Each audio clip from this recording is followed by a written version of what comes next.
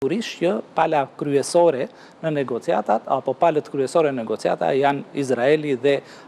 Hamasi, të cilët janë janë në ethet e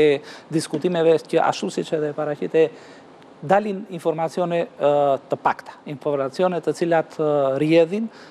janë kryesisht ato të cilat shkojnë në ato të janë pengesat e deritanishme për të arritur marrëveshjen e shumë kërkuar. Kryesisht flitet për teknikalitetet tashmë, të cilat lidhen me atë që ka të bëj shkëmbimin e pengjeve, se vërtet kryesisht flitet për pengjet të cilat janë marrë nga Hamasi, apo ata të cilët janë të gjallë, apo edhe trupat e atyre të cilët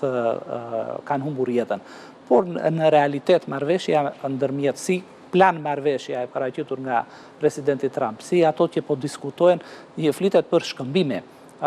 pengjesh, që do të thotë që ose nga njëra anë pengje të cilat ka Hamasi dhe nga ana tjetër të burgosur palestinezë të cilët do lirohen nga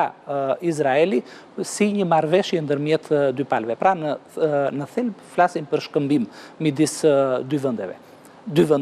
dy palëve më saktë, sepse s'mund të flasim në rastin konkret për Hamasin si përfaqësuesi të gjithë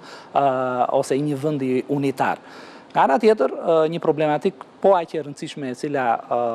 diskutohet është stabiliteti apo dita e nesërme e qeverisjes së Gazës. Dhe një nga problematikat të cilat ngre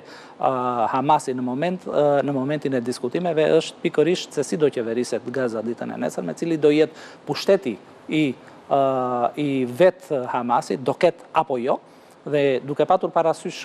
këtë them dhe fragmentarizimin që ti paraqite edhe në insert, Hamasi vërtet shihet si një entitet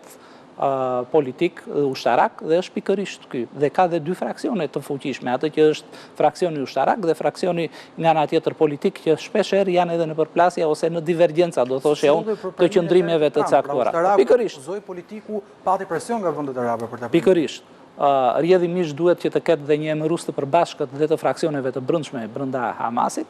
ku çështja kryesore është dita e nesërme, siç u thash, në lidhje me atë që është plani amerikan, dhe në planin amerikan i përqendrohemi tek 20 pikësh, i cili sigurisht është një marrëveshje për një bazë marrëveshje të mëtejshme të ndërmjet palëve, por me sa duket në diskutime ndërmjet të gjithë palëve të pranishme në Egjipt, po shihet që po ndërhyjet në pikat fillestare, duke modifikuar apo duke, do thoshja unë, sjell në përshtatje të diskutimeve edhe pikat e draft marrëveshjes paraqitur nga presidenti Trump.